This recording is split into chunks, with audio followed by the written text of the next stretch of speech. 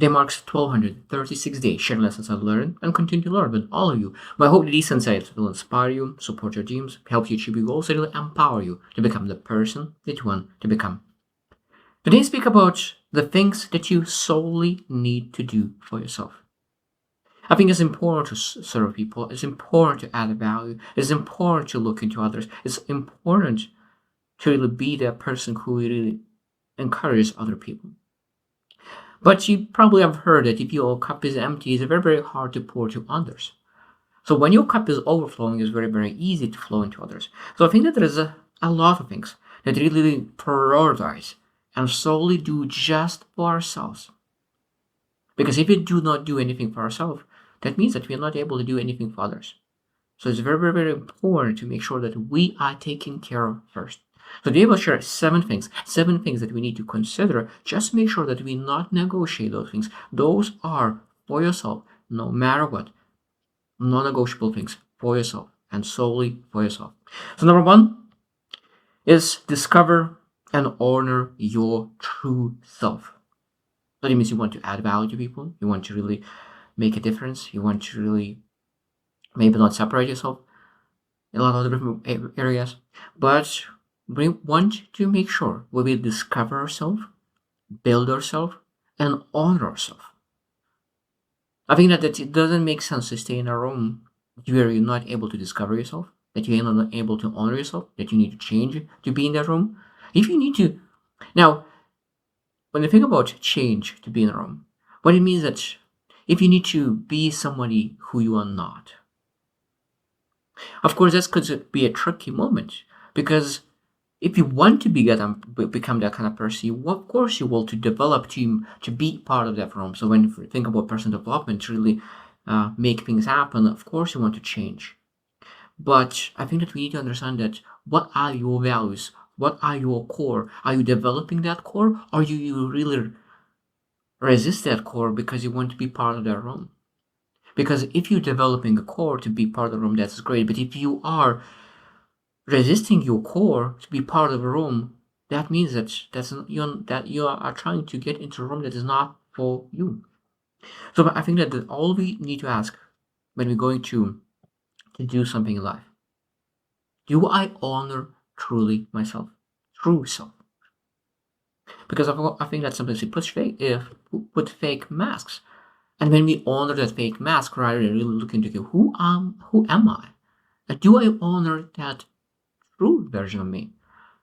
And I think that sometimes when we get used to really fit in a lot of different rooms and really align ourselves with that room, I think that sometimes we can forget who we truly are. It's very, very important to discover and honor true self that is non-negotiable in our life. Number two, protect your mental, emotional well-being. That means in life there is nothing, and no one deserves really your mental and emotional well-being. That is non-negotiable. If you're not able to take care of your emotional and mental well-being, that means that we're not able to really pursue the things that really matters for us. So it means we are able to ask all the time, is there anything in my life that is destroying my mental and emotional well-being? Now, of course, that we able to ask second question, that even this one, the thing that I do is by reducing my well-being and emotional well-being, maybe for the short term, but how about long term?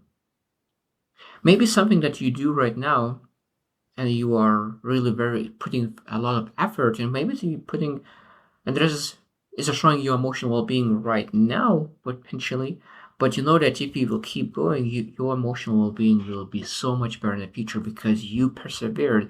But that's again, this is something that you really develop because you're growing through something.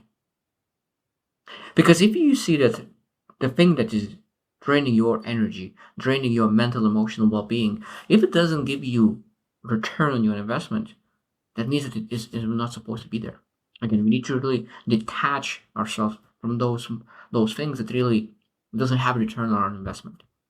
And I think that emotional and mental well-being is the same thing as going to gym, because if you're going to gym, you exercise, there's resistance, and of course that means that you break your muscle, and of course it's recovered, and that's how it grows.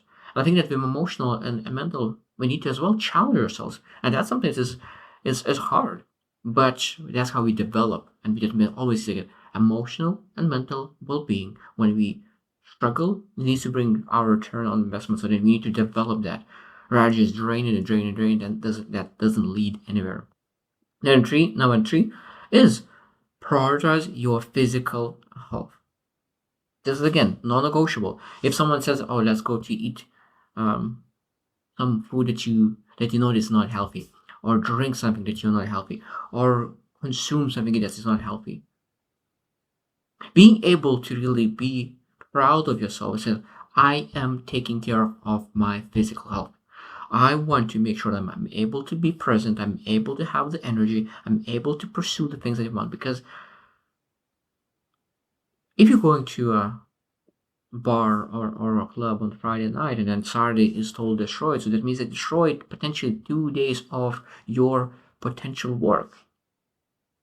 And if you really want to be serious about your vision, you want to be serious about pursuing something meaningful in life, losing 2 days, maybe even every single Friday, that again is a massive, massive losses. On being able to say, I prioritize my physical yet no matter what. This is my priority, and I'm not supposed to be sad, left alone, left aside. Because if you are part of the group where people want to party, want to really consume the things that is not helpful for your body, sometimes separating yourself, it'll be difficult. So that means that we're not supposed to allow anyone to interfere our physical health. This is a priority because energy is the most important thing in life. There's no energy, nothing really matters after that.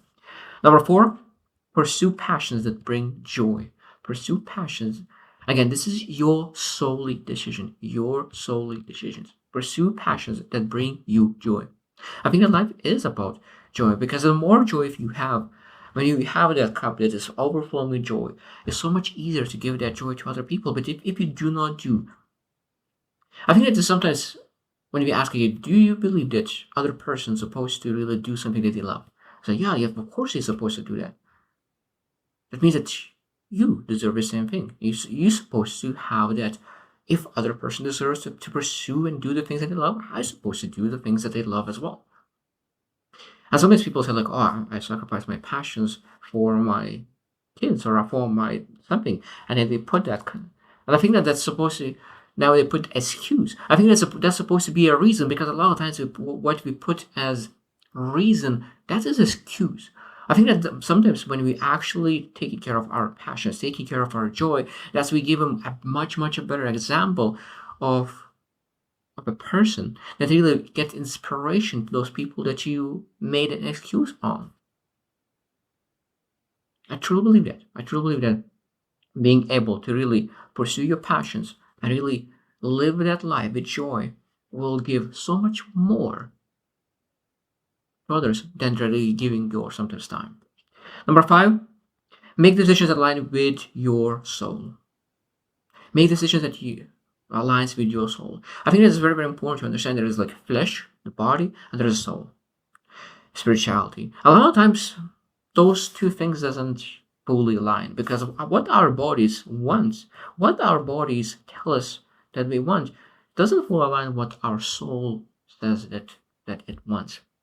And I think that's the number one thing that we supposed to always align, to always prioritize. If our spirituality, if our soul says something, that's supposed to be a number one priority. And if something is interfering that soul life, is that interfering spiritual life? I think if it's supposed to say, this is not for me, this is not this my faith, my soul, my energy is saying no. And being able, because I know that when you start being very clear about yourself and prioritize yourself and prioritize the key aspects of your life, you will not fit in certain rooms anymore. You will not fit. You will need to transition from one room to another. But you understand that in life, when you think about going from one house to another house, it means that there's transition, and the transition that means that it's very lonely going from one house to another. So that means that you need to prepare. You need to prepare for transition, that person develop and growth to being able to go to other room where people really think about themselves. They think about what decisions they make. They think about how to really focus on spirituality, but at the same time, secondary thing is body desires are important. Flesh desires are important. That's I don't minimize that. But first things first. Like, we need to really create that priority list. What is a priority list and really taking care of that. Number 6 is build self-respect and self-love. Self-respect and self-love. So doing the things that you promise yourself. Number one thing, you promise something and you do it for yourself.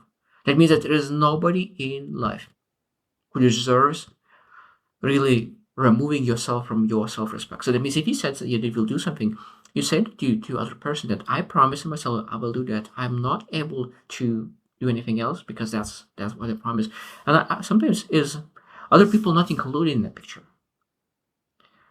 Because we need to be able to really self-respect and self-love ourselves, and internal battles is something big. Being able to if you said that you will cup it at 7, 6, 8, it doesn't matter. If you said that you will wake up that means that waking up at that is a small battle that every single person needs to sometimes win. Small things that we say to ourselves to really create that respect, doing things consistently, being able to respect, creating a keystone habit, and being able to say that I love myself and I want to nurture myself. And then again, when you develop that self-love, you understand that you want to develop your emotional well-being, you want your physical well-being, cognitive, spiritual well-being. All those things become much more important because you love yourself. You want to improve yourself. You respect yourself. And that's supposed to be one of the highest priority to work on yourself, to build that self-respect, to build that self-love. Because with self-love and self-respect, you take care of yourself in all other aspects of your life much, much better. And last one, number 7, is that allow yourself to evolve and change. Leave that old identity behind. People say that. Kill that old identity to new identity to be born. And again, this is sometimes you need to detach yourself from places, from environments, from people, from all the things, and allow yourself to grow, to evolve, and not be held back by maybe some kind of bad feeling because you just don't want to leave places, people behind. I think it sometimes is great to be able to develop, to improve, to grow, and then come back and get other people, but not stay stuck.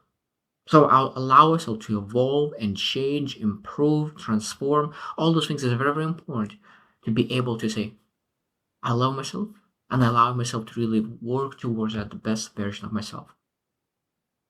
So it's very, very important to prioritize yourself.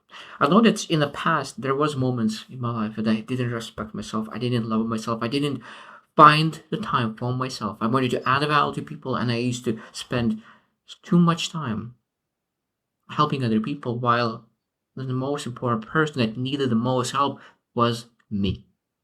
And I think that is very, very important to realize that there's a lot of people like myself. I think that they spend so much time helping other people and they forget the most important person in their life.